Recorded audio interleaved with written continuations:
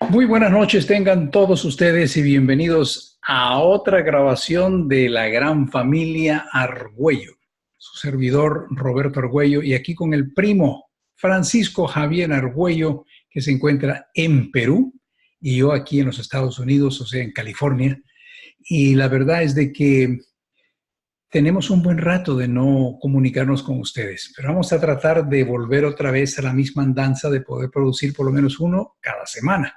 Y de esa manera ustedes van a estar enterados de lo que nosotros nos estamos enterando y que estamos compartiendo con ustedes. ¿Qué tal, primo? ¿Cómo estás?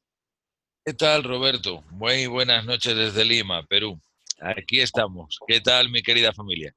Aquí con un tiempo más o menos, pero bueno, aquí estamos y reiniciando. Circunstancias tanto del primo como de aquí, bueno, pues nos han llevado a estar esta pausa. Y hemos dejado un poco de descanso a todos. Pero ha venido muy bien, mi querido primo, y gracias por darme el pase porque he tenido oportunidad de ver el canal y se están haciendo preguntas, visualizaciones sobre los vídeos que hemos ido grabando y las preguntas ya empiezan a ser ya no de niños, sino ya de examen histórico. Tú sabes de que ayer aquí en los Estados Unidos ocurrió un enorme encuentro de aquellos que votamos y los políticos que están postulando, que estaban postulándose a ser reelegidos, en algunos casos a ser elegidos por primera vez. Eh,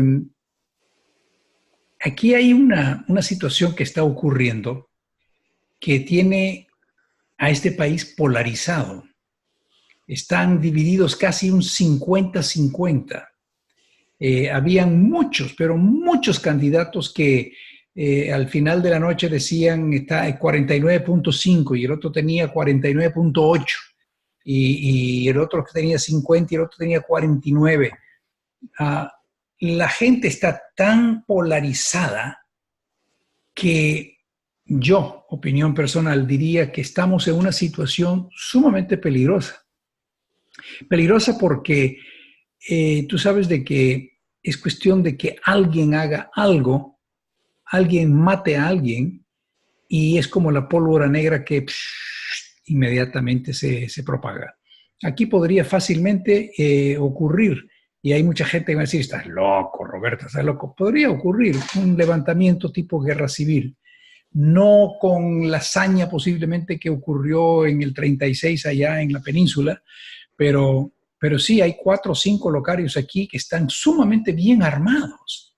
Son de los famosos grupos de los, hay unos caucasios o unos blancos aquí que son extremistas, a como hay también algunos como Antifa, que es un grupo de personas de color, que ya no están hablándote de que estamos protestando porque no nos gusta la manera de que, cómo se ven las cosas, sino que estamos protestando porque no queremos ni siquiera que hables lo que estás diciendo, sea cerrar pico.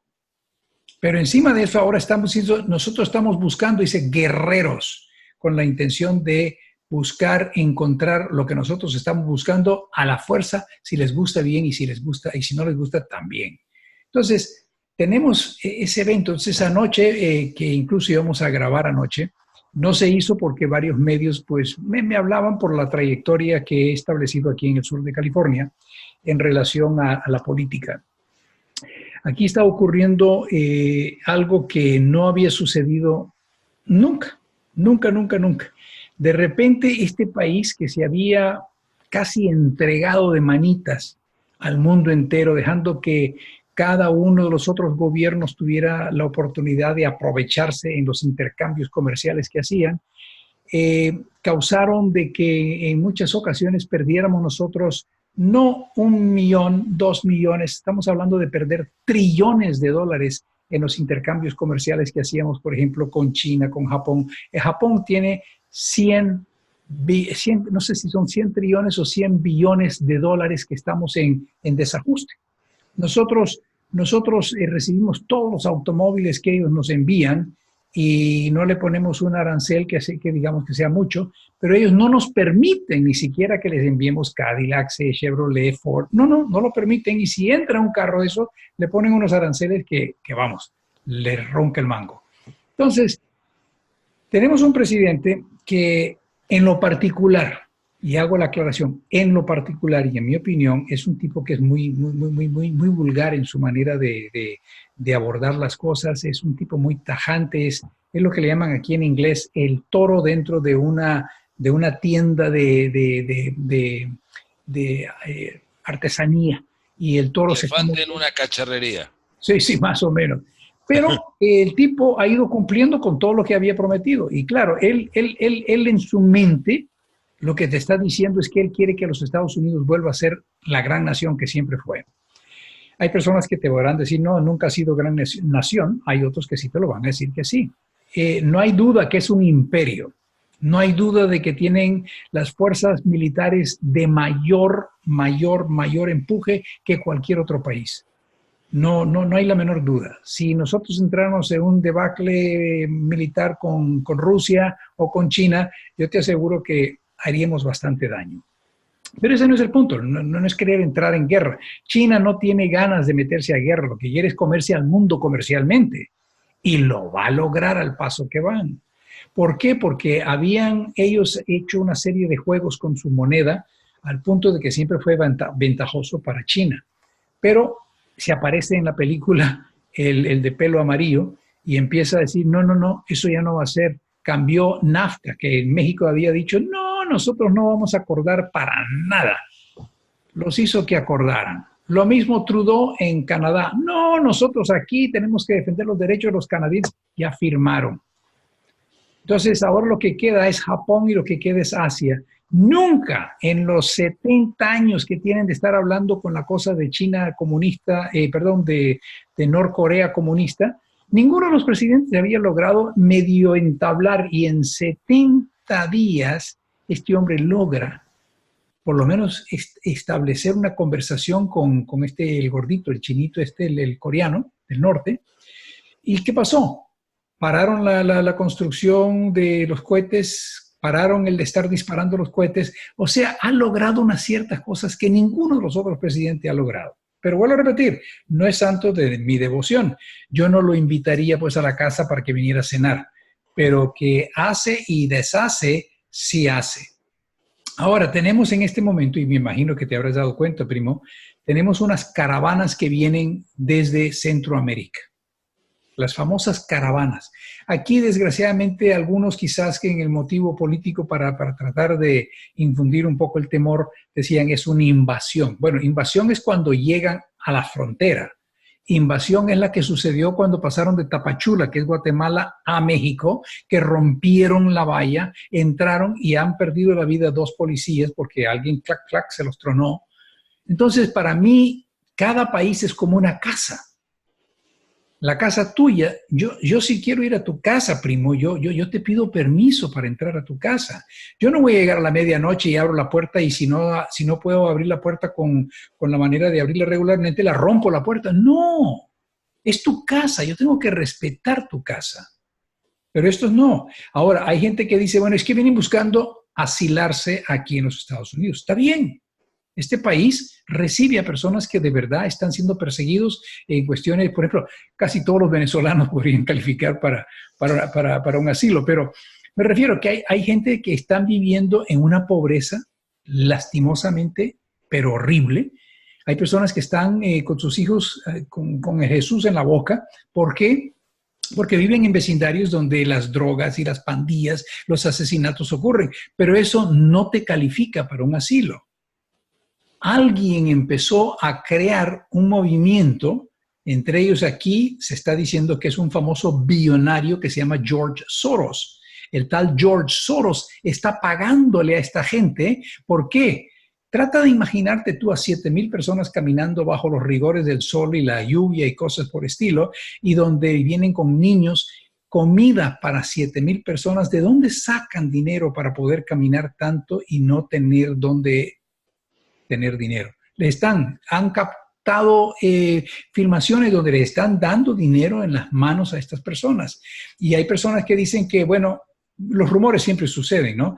Hay personas que dicen, no, es que esto fue orquestado por Nicolás Maduro, por Daniel Ortega y por un tipo que no me acuerdo, que era un tipo que se quiso elegir presidente una segunda vez, creo que es Zapata, creo. de un bigote muy espeso negro, siempre andaba con un sombrero tejano. Son personas que están inconformes y que no quieren que la atención esté sobre ellas. No quieren. Entonces, ¿qué mejor enfocar la atención hacia esta caravana que viene dirección a los Estados Unidos? Ahora, hay personas aquí que te dicen, bueno, ¿qué tiene? Hay que darle, hay que ser compasivos. Y es verdad, pobrecitos, primo. Pero ¿qué tal que tú y yo nos pusiéramos a tratar de cubrir toda la pobreza en el Cerro de Ancón, en Perú? Olvidémonos del resto de Perú, solo el Cerro de Ancón. No lo podemos hacer. No lo podemos hacer. Es que este país es un país grande. Sí, es verdad, pero es un país de leyes. País que te dice que si vas a entrar a este país te damos la bienvenida, pero hazlo legalmente, no a la fuerza como lo hicieron entrando de Guatemala a México y como pretenden hacerlo. De repente este presidente dice, no, voy a poner un grupo de oficiales de de militares, y creo que son como 15,000 los que van a estar, pero ni los 15,000 podrían detener el avance de las personas. Entonces, sucedió que yo estaba en conversación, cafeteando con unas personas y decíamos, bueno, ¿qué solución le darías tú?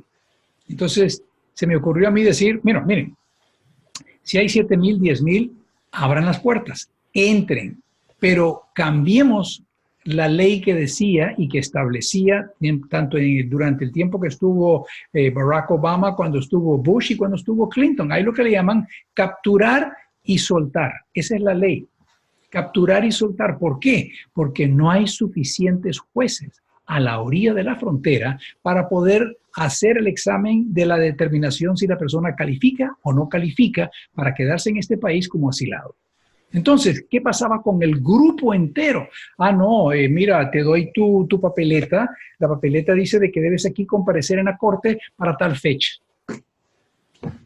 Y mientras tanto, ¿qué hacían? Penetraban a los Estados Unidos, entraban y buscaban cómo quedarse y de repente se escondían ya como persona indocumentada. Entonces, yo dije, bueno, ¿por qué no se hace un reclusorio donde, por ejemplo, los hombres van a estar en una y las mujeres con sus hijos en otra, para evitar aquel grito al cielo que pegaron cuando las mamás fueron separadas de sus hijos? Lo que no entendían en ese entonces es de que también lo hizo Obama, también lo hizo Bush, el de que cuando una persona comete una violación en este país, por lo menos, no vas a la cárcel o no vas a un reclusorio con tu hijo.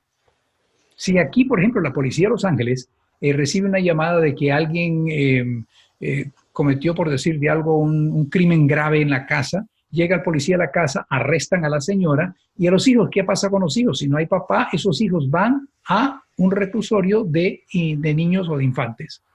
Lo mismo pasó en la frontera, pero pegaron al grito, dijeron que no estaban enjaulados. Curiosamente, esas jaulas que le llaman, esas eran fotos que se sacaron de tiempo de Obama, pero sí estaban en lugares que decía uno, caray, ¿cómo es posible que esos niños queden encerrados ahí? Sin embargo, había muchas mamás que dicen, ¿saben qué? Por lo menos tienen 3 comidas al día, tienen cuidado médico y tienen un colchón donde dormir, cosa que hace unos cuantos meses dormían en el suelo donde cagaba un perro, un gato o una gallina, y la comida era de vez en cuando.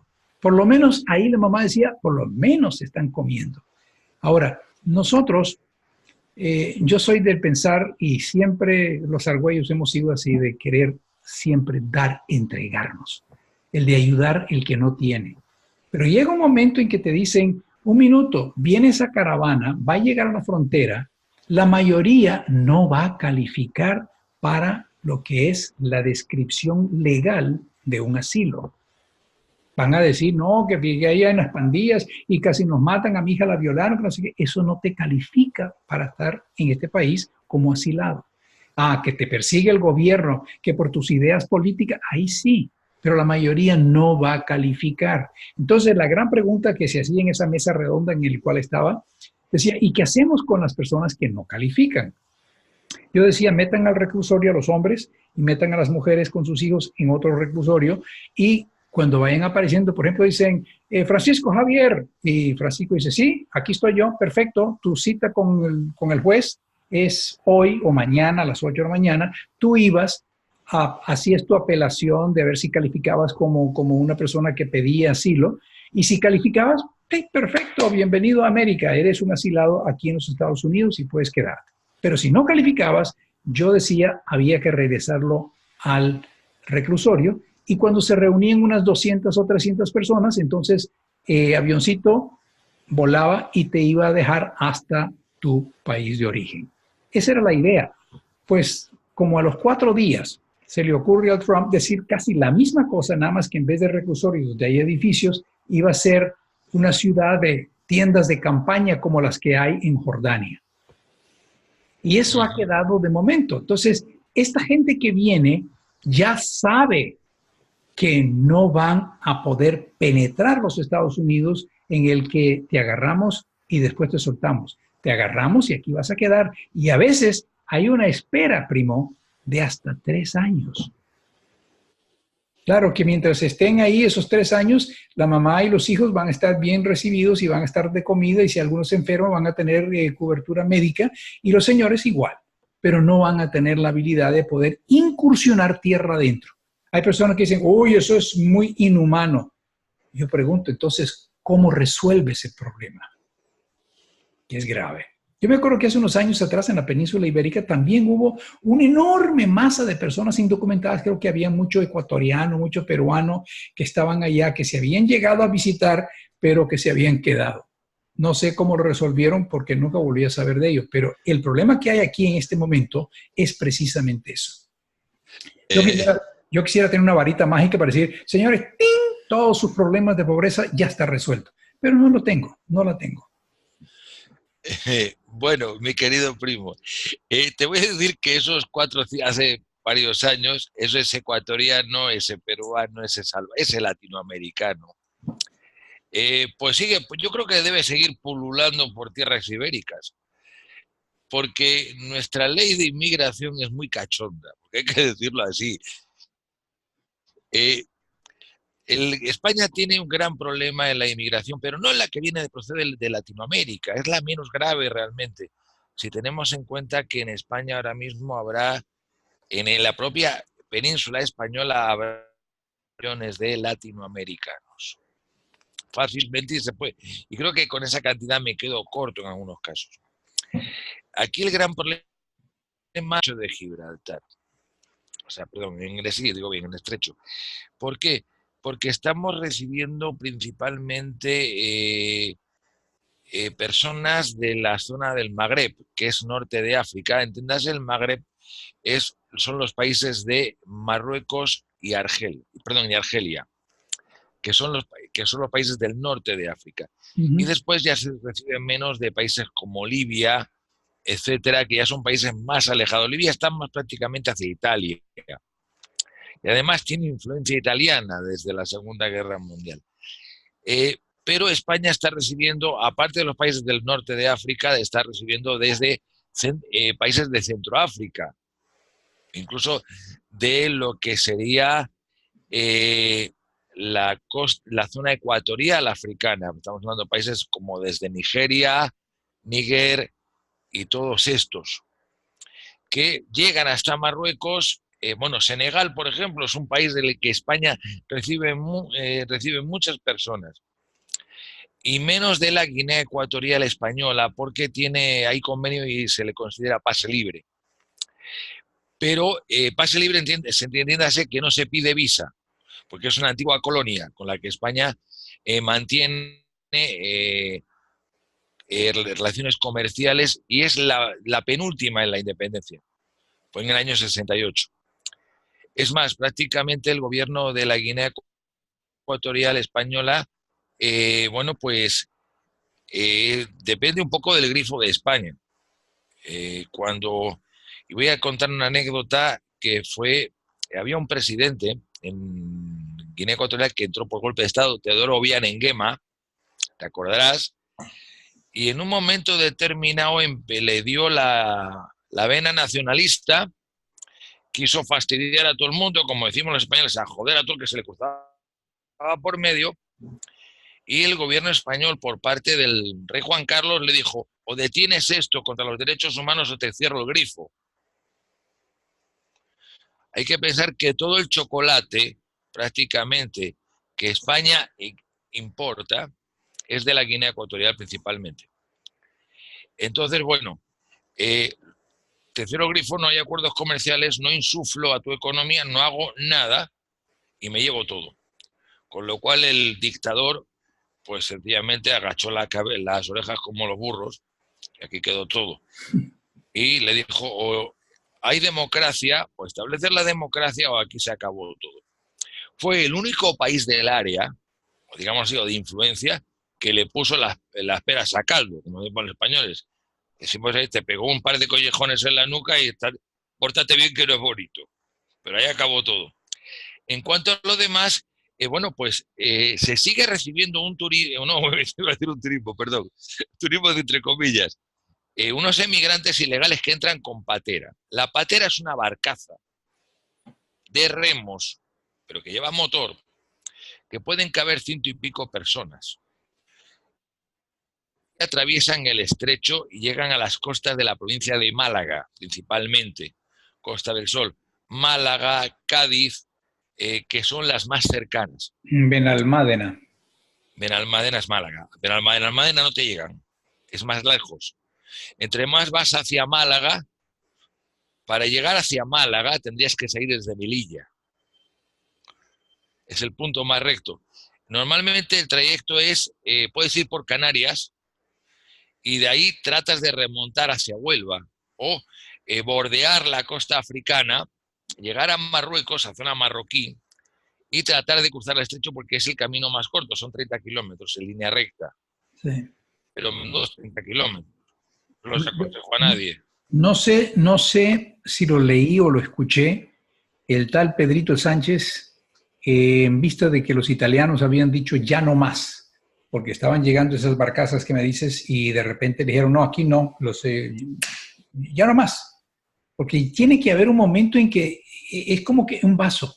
Si tú tienes un vaso y me lo llenas de agua hasta aquí, de repente si le pongo más agua se va a desbordar. Lo mismo pasa con el poder tener la cantidad de personas que están entrando a tu país y que puedas tú poder mantenerlos bien para que no se te mueran. Y hay que entender de que vienen muchos que ni siquiera saben hablar español. Yo me acuerdo que ahí, precisamente en Benalmádena, yo andaba caminando con la señora y de repente se me aparece a mí un señor de color serio, pero ya color serio casi de este color. Color ébano. Y lo veo yo con uno de esos capotes, nosotros decimos capote para cuando llueve, ¿no? ¿Cómo se llama? En inglés dicen a trench coat. Trenca, chubasquero. La cosa es de que se parecía como el que tenía Humphrey Bogart en una de sus películas ahí del Falcón, ¿no? Y el tipo hace, ¡fuac! Se abre así y dije yo, uy, este que quiere exponernos toda su hombría. No, tenía el montón de relojes por todos lados, de todas marcas, claro que eran todas imitaciones o falsificados, relojes falsificados, pero no hablaba una sola palabra español, ni una palabra español. Y sé que venían, obviamente, son criaturas que han venido de África. Argelia también dejó muchísimo la entrada a Francia, había mucho elemento. Todo esto antes de que empezara la enorme turba de personas que vienen de Siria, vienen de Afganistán, vienen de Libia, bueno, la masa humana que se está penetrando y que ha penetrado en grande a Europa.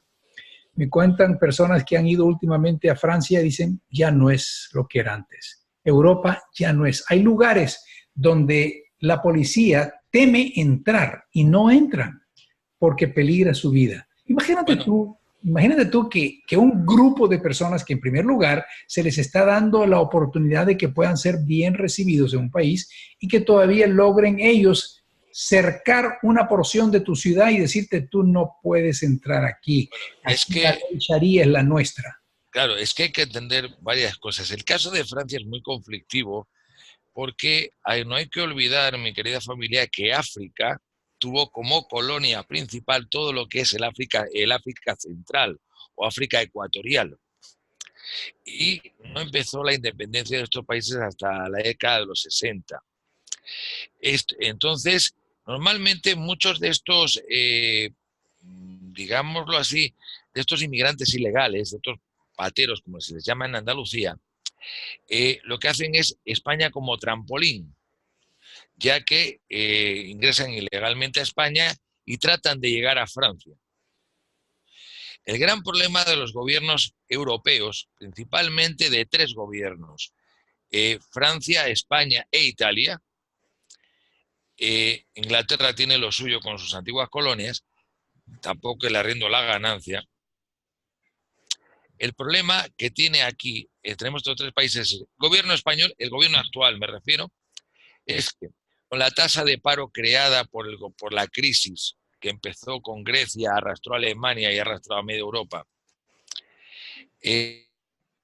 con los gobiernos de izquierda que ha tenido España, que España con un gobierno de izquierda nunca va bien, eso está más comprobado, y el gobierno actual, que es el peor. Bueno, pues ahora estos llegan, piden el asilo, no el asilo político, se pide refugiado, y en vez de echarte, bueno, no tienes, tengo demasiado aquí, tengo españoles que están en el paro, bueno, pues, ¿qué hacen? Les dan una subvención, una ayuda familiar que llamamos, que son de 600 euros, que serán como unos 500 dólares aproximadamente, y bueno, ahí les dan hasta casa, aunque sean para 7 u 8. Y tienes al españolito medio, toda su vida en España, ha nacido en España, es español como el gorrión, como decimos allá, y que está soportando los recortes de la ayuda familiar, los recortes del desempleo y no encuentra trabajo y tiene 5 euros que mantener.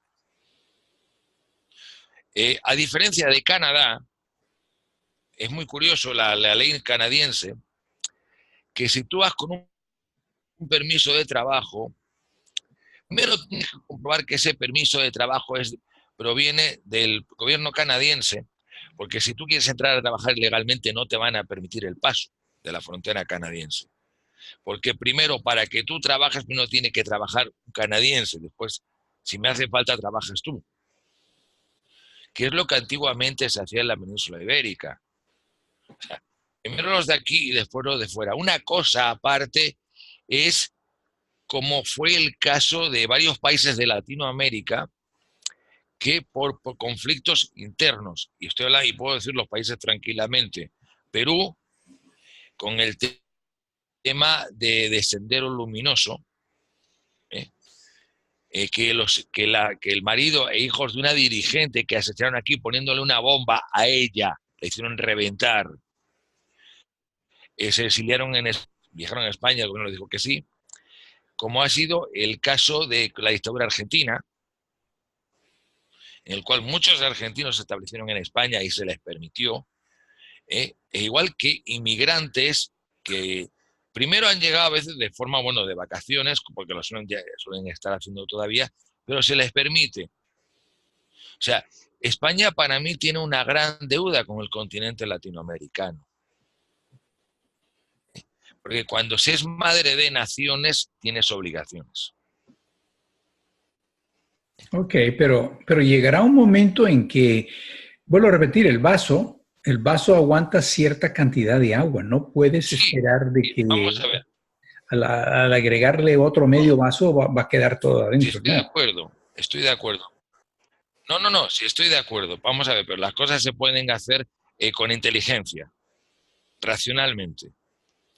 Si yo cojo a una parte de los inmigrantes latinoamericanos que tengo en España, a una buena parte, son gente que son para estar en la cárcel. ¿Son qué? Gente para estar en la cárcel. Ah, ok. ¿Ok? ¿Por qué? Porque España tiene un defecto muy grande, igual que tiene muchos países, y este país es uno de ellos. Te entra cualquier cosa y no lo miras. Y el que quiere entrar porque necesita trabajar, necesita aumentar su nivel porque tiene que enviar remesas de dinero bien a Perú, bien a Argentina o bien donde sea, no le dejas. Ahora, el delincuente que va por lo bajini, vamos a decirlo así, y estoy hablando de mi propio país, Sí. o sea, yo lo critico claramente, y o el emigrante que pasa a través del estrecho, nadie le manda a pasar a través del estrecho, aunque tienen una necesidad muy grande. Pero aquí es lo que tú dices, como hacer como Italia, no, hasta aquí llegué. Bien. Esto ocurre. Tenemos latinoamericanos, hay argollos, y lo voy a decir porque los tenemos así también, de Ecuador, que tienen la residencia española hace más de 10 años.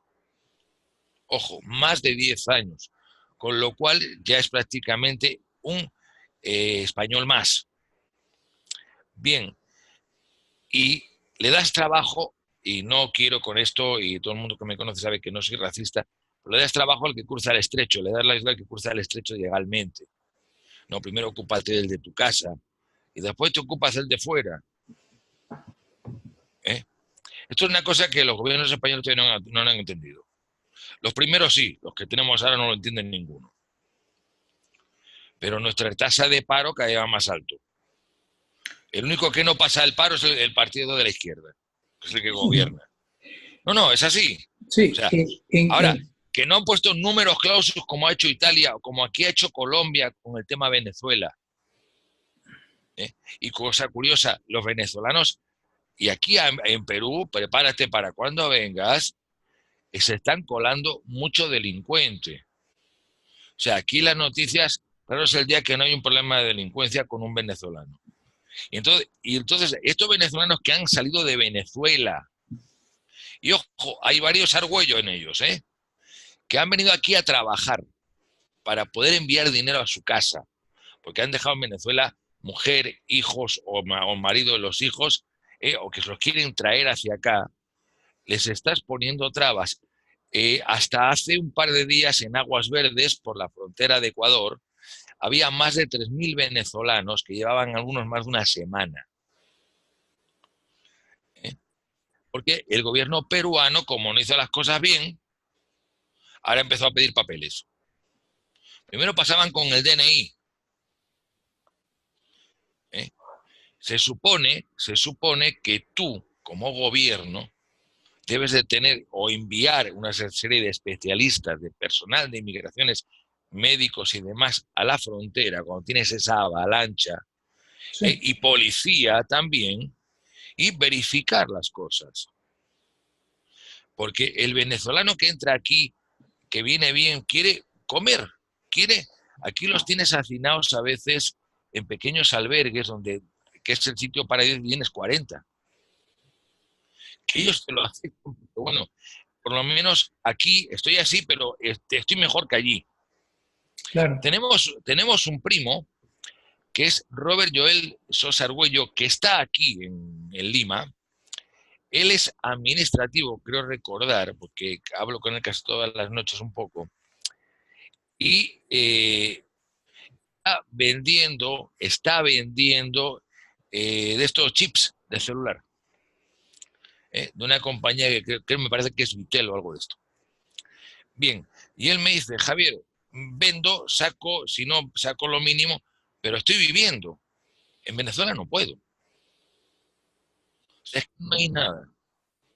Hay 400.000 venezolanos, según las cifras que pude leer en gestión. 400.000 venezolanos, y es más, el año pasado, cuando yo estuve en Huanchaco, yo empleé a una venezolana. Bueno, te digo una cosa, ahora mismo estamos cerca del 500.000 de venezolanos. Ah, ok, ha aumentado entonces. Sí, claro. Y todavía siguen en la frontera de Aguas Verdes. Ojo. O sea, eso es un gran problema. Sí, está aumentando prácticamente cada día. Mira, hay una cosa que hay que reconocer al venezolano. Si hablamos del venezolano normal, de a pie, como tú, como yo, como cualquier hijo vecino, es emprendedor. Y al peruano le viene bien gente emprendedora para, curiosamente, aprender de él. Porque el peruano para ciertas cosas es demasiado dejado. Sí. O sea, es demasiado lelo. Y después se quejan y después tienen envidia del otro que consigue las cosas. No le eches la culpa al otro, échatela a ti que no has sabido hacerlo. Especialmente llegar a tiempo. Claro, aquí cerca donde yo estoy, ya que yo vivo aquí cerca, tengo 2 fuentes de soda, que una es venezolana, otra es una mezcla de cocina peruano-venezolana, y parece ser que está muy bien, porque eso hay gente. ¿eh? No es la gran cosa, es pequeñito, pero mueven. No mucho, pero mueven. ¿eh? Bien. Te vas por el centro de Lima, estamos hablando de la Plaza de Armas, el centro histórico, que por cierto el otro día hubo un incendio en el centro histórico, y resulta que te los encuentras vendiendo arepas, o sea, comida típicamente venezolana. Y lo que decía uno aquí, salió por televisión, dice, pero esto es poco, prefiero vender esto, usted que no, yo soy químico, no era ingeniero, prefiero vender esto, está robándole a alguien. Claro, claro, claro. Esa es la gran diferencia. O sea, tengo que hacer 14 horas de pie, es igual, yo las hago. Y si tengo un cajón así y tengo 100 arepas o 200, hasta que no las vendo no me voy a casa. Pero sé que lo que me deja, muchos la hacen ellos, lo que me deja, una vez que he quitado todo el mate, todo lo que el gasto que he tenido que hacer, toda la inversión, una parte va a ir a Venezuela para mis hijos, o para mi mujer y mis hijos. O me sirve para comprarles cosas que aquí son normales y que en Venezuela o no hay o está costando un 1000%. ¿no? Este es el emprendedor. Este es el que va a triunfar. Pero este, por desgracia, es el que, gracias a las autoridades de inmigración peruanas, por no mirar las cosas, igual que hicieron las españolas en su momento, han metido a todos de golpe. Y ahora se están arrepintiendo de no hacer la selección. Sí. Ese es el gran problema. Ya. El mundo, primo, está cambiando. No hay la menor duda, está cambiando y en muchas ocasiones no necesariamente para el bien, pero sí hay cambios. Tengo entendido también que la administración o el gobierno de Trump está enfocándose ahora a 3 diferentes países: Venezuela, Nicaragua y Cuba, las 3. Exacto.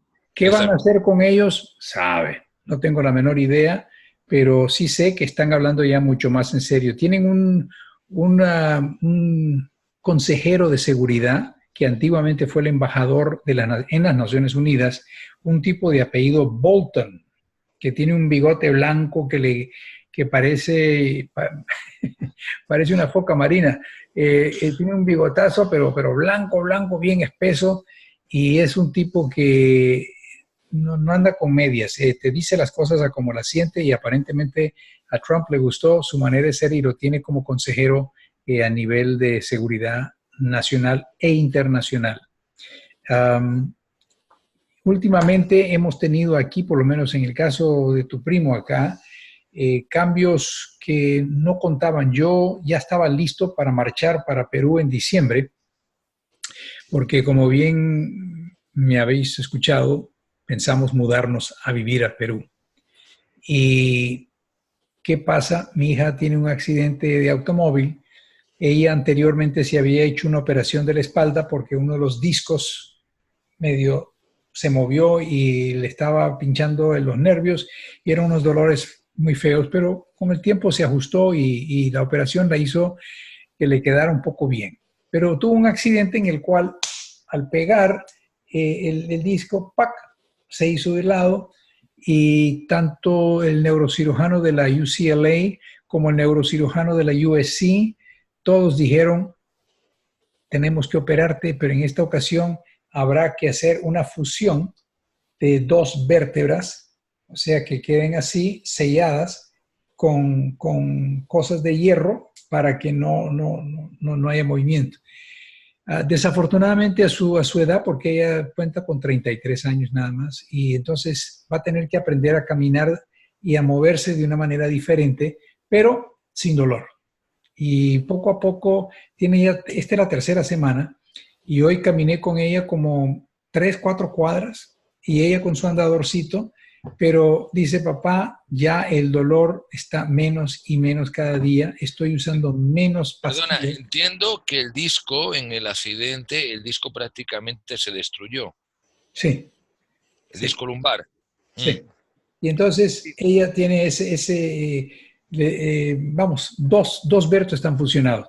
Yo lo que decía, no entendía cómo es que, por ejemplo, el jugador de golf famoso, el señor este morenito Tiger Woods, le han hecho cuatro operaciones de la espalda y han habido fusiones también. Y me di cuenta porque el neurocirujano me explicó de que cuando uno hace el swing con el palo de golf, 3 veces tu peso cae sobre el sector lumbar, porque tuerces todo tu cuerpo y metes fuerza todavía, es como que triplicaras el peso de tu cuerpo y cayeras sobre las vértebras. Hay una cosa que pasamos por alto en nuestra vida cotidiana y no deberíamos de pasarlo cuando nos quejamos de la espalda. Muchos cuando nos quejamos de la espalda, lo primero que nos están diciendo ya estás pa' viejo. Y es porque sencillamente nuestra espalda al cabo del tiempo soporta mucha atracción sobre ella. Pero lo que prácticamente no se dan cuenta de que todo nuestro peso descansa sobre la zona lumbar. Sí. Somos bípedos, somos animales racionales. Bueno, los racionales vamos a dejarlo entre comillas, porque hay algunos que tienen miedo. Pero como decía aquel sabio, entre más estoy con el ser humano, más quiero a mi perro. Sí, que es que somos bípedos, andamos de esta forma, pero que no descansamos sobre los pies. Hay una cosa que se llama, señor, se llama cadera y es sobre la zona lumbar sobre la que descansa el peso principal del cuerpo. Claro, claro. Si estamos muy gordos, pues sencillamente nos duele la espalda. Si hacemos un mal movimiento o un mal agachamiento, nos duele la espalda. Un peso mal cargado nos duele la espalda. Claro. No nos duele aquí, por una postura que hemos dormido mal, nos duele aquí, porque es donde se carga todo el peso. Y en el caso de lo que le ha pasado a tu hija y prima nuestra, bueno, es que sencillamente estamos hablando de discos. Para el que no lo sepa, los discos son como una gelatina, es como una almohadilla entre vértebra y vértebra. Así es, así Es es. lo que permite la flexibilidad de la vértebra, el apoyo, de que los huesos, de que las vértebras no rocen una con otra. Con el paso del tiempo, con la edad, no, y no estamos hablando de primo Roberto y yo, que somos unos chavales, sino los otros, pues sencillamente se nos va, esta esponja que tenemos se va debilitando, se va estrechando, hasta que llega un momento en que pueden rozar ese famoso dolor de espalda. ¡Ay, el achaque! Es eso. En el caso de lo que está explicando el primo Roberto con su hija, es que en el accidente se destruyó ese colchón. Ya no hay nada que lo pueda, hasta ahora mismo la tecnología, que lo pueda sustituir. Y la única opción es soldar las dos vértebras para que hagan como una. Sí. Y que pueda volver a hacer este movimiento. No como lo hacía antes, pero sí que puede hacer el movimiento. Claro, claro. Pero tiene que volver a reeducar su espalda, sus extremidades inferiores para poder andar. Una vez que esto pase, va a hacer vida normal. Bueno, a excepción de los inviernos, que va a tener que cuidarse un poco. Sí hay casos, que eso sí los he presenciado yo, que llegado el momento, cuando sea casos de mucho dolor, se ponen electrodos. Tiger Woods no me extrañaría que llevase algún electrodo en la espalda para mitigar el dolor o prácticamente que no le duela. Yo por ejemplo, hay artritis que se va formando en el sector lumbar en particular, en el caso mío. Y yo tenía, si ponemos en una escala del 0 al 10 el dolor, siendo el 10 que es tan intenso que te mandan al hospital y el 0 que no tienes dolor alguno, yo cuando me levantaba cada mañana era como un 6 y era una lata completa cada mañana. Me levantaba, pero cuando ya me levantaba y empezaba a caminar un poco, ya el cuerpo va calentando motores, va calentando y después ya seguía sin ningún problema. Tenía un dolor sordo durante el día, pero si yo me acostaba o me recostaba o simplemente me inclinaba hacia atrás y quedaba un buen rato ahí viendo televisión o lo que sea, cuando me volvía a levantar, otra vez el dolor. Hace como 3 meses, y no sé si te conté esto, pero hace como 3 meses me presentaron a mí el famoso aceite CBD. El famoso aceite CBD es del cannabis, que es el de la planta de cáñamo, o sea, la marihuana, pues. Lo que yo no sabía en ese entonces, porque tanto tú como yo hemos estado siempre en el lado del orden, donde buscamos cómo apresar a aquellos que están en violación de algunas normas legales. Y claro, durante todos mis 23 años con la Policía de Los Ángeles, pues yo estuve en el Departamento de Narcóticos y también me tocaba a mí perseguir a aquellos que la vendían y algunos que otros que la usaba por motivos recreacionales o algunos por el tráfico de drogas. Pero lo que no sabía yo en ese entonces es los usos medicinales que tiene esta planta, pero más importante era de que la planta había sufrido un periodo de difamación. Y hace, ¿qué? 7,000 años, 5,000 años, 4,000 años, la planta del cáñamo se ha usado para un sinfín de cosas. La bandera norteamericana, la primera, está hecha de material de cáñamo. El papel con que se escribió la constitución de este país, cáñamo. Las telas de camisas, de pantalones se hacen con cáñamo. Las enormes sogas que mantienen a un barco atracado en un muelle son hechos de cáñamo. Pero había un señor... ¿La de la horca también? Sí, sí, también. Había un señor que ya no existe, pero dejó un legado ahí con todos sus nietos y bisnietos que se llamaba William Hearst. Y William Hearst era dueño de una enorme cadena de periódicos y revistas y también estaba él en el negocio de vender papel. Papel que se hace como se hace ahora, un papel que es inferior en calidad al papel del cáñamo. ¿Por qué? Porque este papel que nosotros usamos, este papel, por ejemplo, es un papel que para que sea blanco, blanco, blanco, tiene que ser procesado químicamente al igual que la sal que ustedes le ponen en los platillos. ¿Qué pasa? William Hearst, al perder miles y miles y miles de hectáreas en la parte de Chihuahua, que es un estado en México, al sufrir esas pérdidas, ¿por qué? Porque Pancho Villa, el general Emiliano Zapata y Pancho Villa logran en la Revolución Mexicana sacar a todos los que habían estado con derechos increíbles y en la guerra pues, de la Revolución sale y pierde Hearst. Pero con esa movida de que pierde su propiedad y sus miles y miles de árboles que talaban para poder hacer papel, muchos mexicanos también huyendo de lo que ocurría en la Revolución se pasa al lado de los Estados Unidos y entran en trabajos de agricultores y de trabajadores que trabajan en las haciendas. Los norteamericanos notaban que esto era una invasión de mucha gente que cobraba mucho menos de lo que cobraba el americano, que en ese entonces usaba mucho al negro y usaban uno que otro blanco, pero estos mexicanos venían cobrando menos, pero fumaban su marihuana para entretenerse, cosa que lo habían hecho por décadas y décadas. Para ellos fumar marihuana no era más que como el que fuma cigarrillos o el que toma un whisky. ¿Qué pasa? El William Hearst nota de que había un señor o unos señores de la famosa DuPont.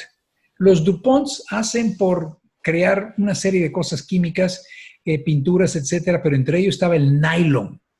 Entonces, DuPont se alía con William Hearst porque dice, bueno, es que esto es con la tela del cáñamo, que es superior al nylon, me van a dar en la torre. Luego juntan a otros, los Mellons, que son de los bancos, y luego Ford, que estaba ya sacando sus automóviles, decía, yo puedo contemplar seriamente el uso de la nafta, voy a decir nafta, pero el combustible hecho de la planta de cáñamo, que compite contra los hidrocarburos. Y ya estaba considerando eso. Entonces, ellos dicen, vente para acá para que no haya, porque la DuPont también estaba considerando la cosa de los hidrocarburos. Y el secretario de la Tesorería de los Estados Unidos también se juntan y entre todos deciden de que van a tratar de difamar la tal marihuana. Y empiezan. Y hasta la industria fílmica se une. La primera película se llamaba Reefer Madness, o sea, locura de la marihuana, ¿no? Y empieza y empieza y empieza. Tu papá, mi papá, nuestros abuelos entraron con la idea desde hace rato de que el que fumaba marihuana era un vicioso, era un vago que no tenía futuro. Los Estados Unidos, en el año 1930, forman y hacen por establecer el primer buró de narcóticos federal, buró federal de narcóticos.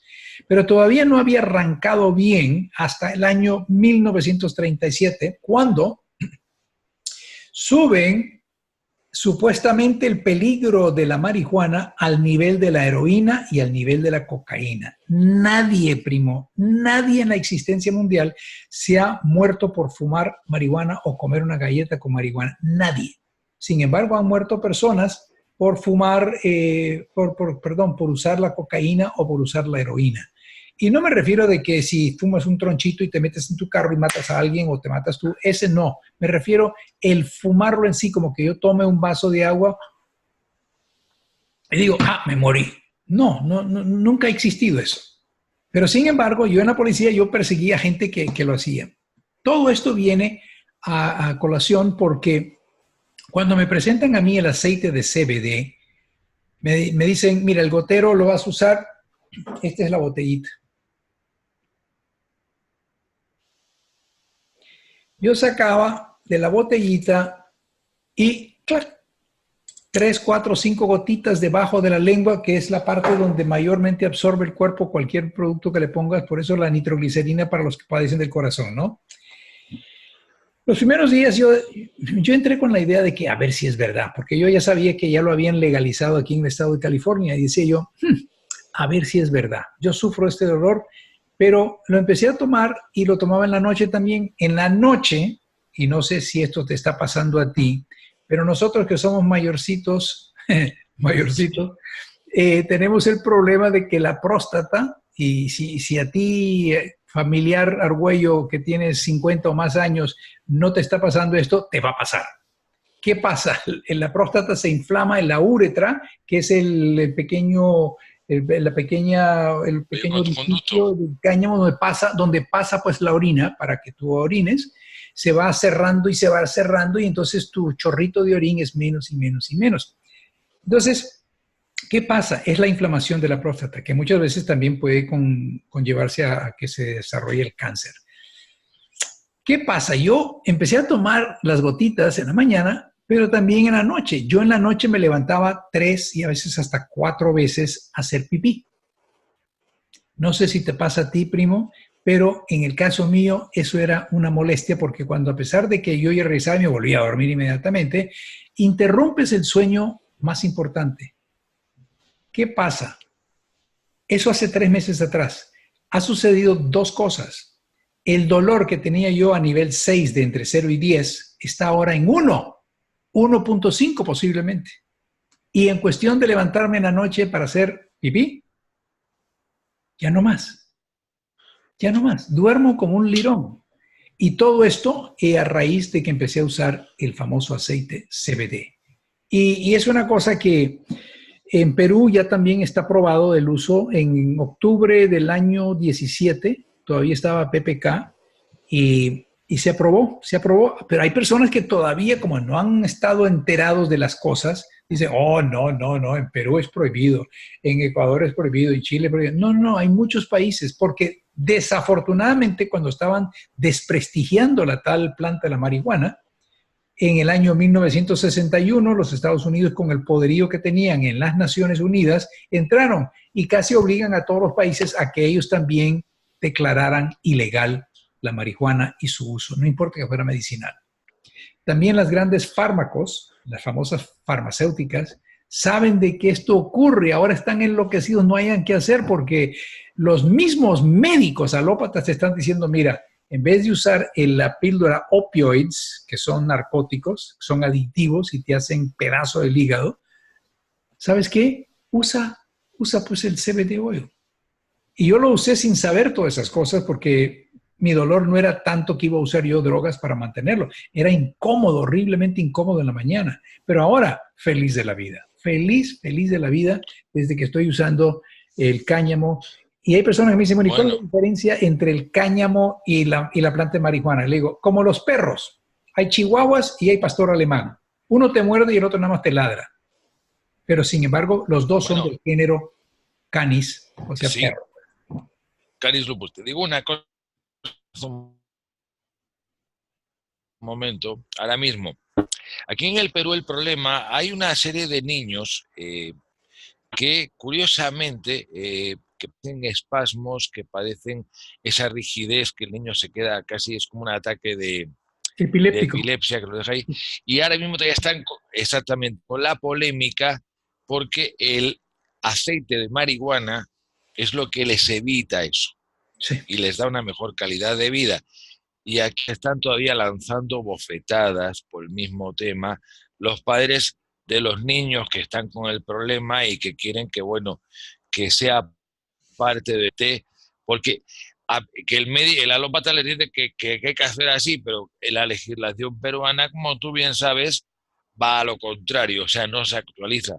En Europa, la única legislación que está completamente actualizada y permite el uso de la marihuana con fines reales, Sí. digamos, lo que es su cafetería. Lo que sí está empezando a ver en Europa, hasta con fines medicinales. Se ha comprobado varias Se está empezando a quebrar un cosas poco, por pacientes. primo, se está empezando a cortar un poco tu diálogo. Sí, vamos a ver. La utilización de la marihuana con fines terapéuticos, como es en el caso de los que tienen un tratamiento oncológico y que la aspiran, se ha demostrado completamente que reduce los efectos secundarios de la quimioterapia en más de un 90%. La quimioterapia suele producir inapetencia, lo cual es un enemigo del enfermo porque si no te alimentas, ya te pueden dar toda la quimioterapia del mundo que te vas a caer. Precisamente la marihuana hace que la glándula pituitaria quiera, que el cuerpo pida de comer, porque le abre el apetito. Sí. Pero también se ha demostrado más cosas. En los enfermos de Parkinson, hay un actor muy famoso, Michael J. Fox, sí, sí. Que sencillamente lo mismo o fuman o inhalan la marihuana, los efectos del Parkinson prácticamente desaparecen. Sí. Este actor que estás hablando es el de Regreso al Futuro. Exactamente, sí. Exactamente. Hay una película que hace con, creo que es el presidente de Miss White, que es con Michael Douglas y creo que es Annette Bening, no estoy muy seguro, creo que es Annette Bening. Bueno, la actual esposa de Warren Beatty. De Warren Beatty, que es el hermano de la Shirley Temple, la Shirley MacLaine. Ajá. Sí. Bien, vamos a ver. Curiosamente, en esa película, en el bolso del pantalón, muy raras veces se le ve sacarla. Sí. Primo, ¿sabes qué? La conversación que hemos tenido ha sido tan deleitable. Esta vez sí nos tiramos sobre la barda. Lo que vamos a hacer es esto, mira. Sí. Dejemos esta grabación para que dejemos a nuestros queridos primos y primas con la curiosidad y el apetito de ver el próximo que viene, que vamos a seguir hablando de cosas de la vida y volveremos otra vez a tocar el tema de los argüellos, pero yo creo que le podemos dar un punto final ya. ¿Por qué? Porque va a ser, para poderlo adiestrar, va a ser inmenso el peso que sí, se sí, realmente sí. Yo nada más quiero cerrar con esto. Para aquellos de ustedes que están en Latinoamérica, porque sé que hay muchas personas que ven esto, incluso en México, Centro y Sudamérica, e incluso en España. Si alguno de ustedes está interesado en hacer negocio con lo que es el aceite medicinal del CBD, te sugiero que te pongas en contacto conmigo a través de mi correo electrónico que es muy sencillo de recordar. roberto.arguello@hotmail.com. Así de fácil. Roberto.arguello@hotmail.com. Y yo con todo gusto te contesto y te digo qué es lo que puedes hacer para que puedas hacer dinero sin necesidad de moverte de tu casa. Es todo que uses el Facebook para tu bienestar económico y yo te enseño cómo hacerlo. Pero es, una vez más, rrargüello, no, perdón, es el otro email. roberto.arguello@hotmail.com. ¿Hay alguna cosa más que quieres agregar, mi querido primo?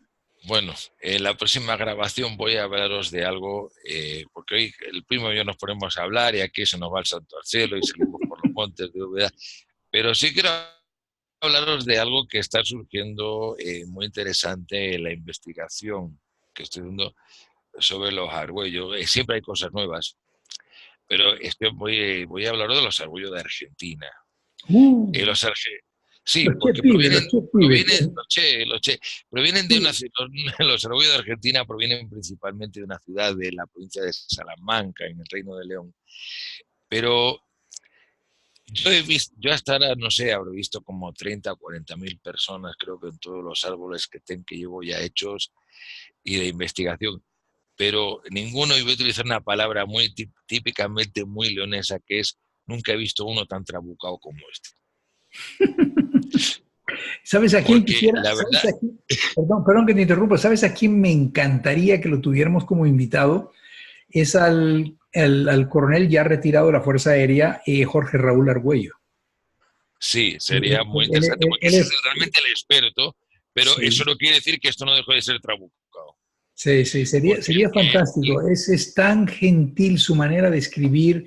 Sí. Nunca he tenido el gusto de llevarme a una conversación con él, pero su manera de escribir se ve un don de gente increíble.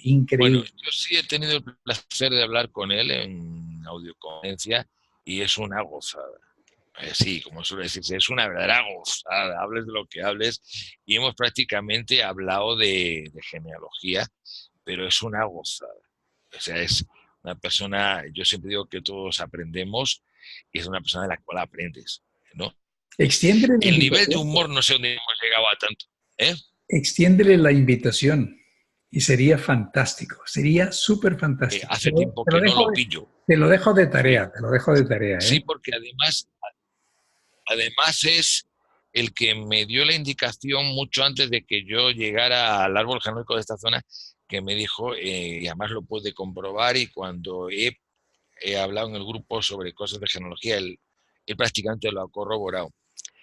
Para mí es el maestro de los argüellos en ese sentido, yo soy un simple neófito, que me dijo, los argüellos llegan a Argentina más o menos a principios del siglo XVII, pero, ojo, no vienen directamente de España, vienen a través de Perú. O sea, ellos entraron por la zona norte, por Centroamérica, y van a bajar por Perú y de ahí van a llegar a la Argentina. Pero eso no quita para que... No, te iba a decir yo, estás adelantando la película. No, esto lo estoy dejando con el intríngulis. Ah, ok. ¿No? Muy bien. Porque trabucado está trabucado, señores. Muy bien, pues mi querido primo, un abrazo en la distancia y esperemos de que cada uno de ustedes que nos está escuchando y viendo en estos mini programas, que también esperemos de que sea del deleite para ustedes. Hasta la próxima, no nos queda más que decir hasta la próxima. Buenas noches. Buenas noches.